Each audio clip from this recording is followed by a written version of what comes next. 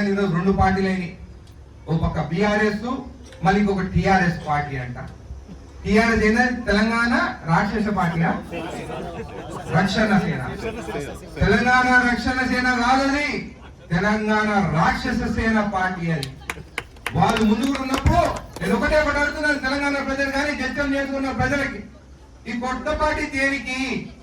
మీ నాయన 10 ఏళ్ళు సీఎం గా ఉన్నప్పుడు 10 ఏళ్ళు దోచుకుంటుంది కదా, మళ్ళీ ఆ రోజు ఎందుకు కొట్లాడలేదు?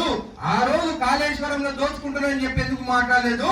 ఒకసారి మీ నాయనకి పదవి పోయిన తర్వాత మళ్ళీ అది అవసరం లేదు, నావేమి సాగుతలేవు, ఇంకొక పార్టీ పెట్టుకుంటే ఫ్యాక్టరీల దగ్గర కానీ ఎక్కడైనా కానీ పార్టీ పేరు పెట్టుకుని దోచుకోవాలని చెప్పి ఈ తెలంగాణ రాక్షస సేన పార్టీ పెట్టినవా?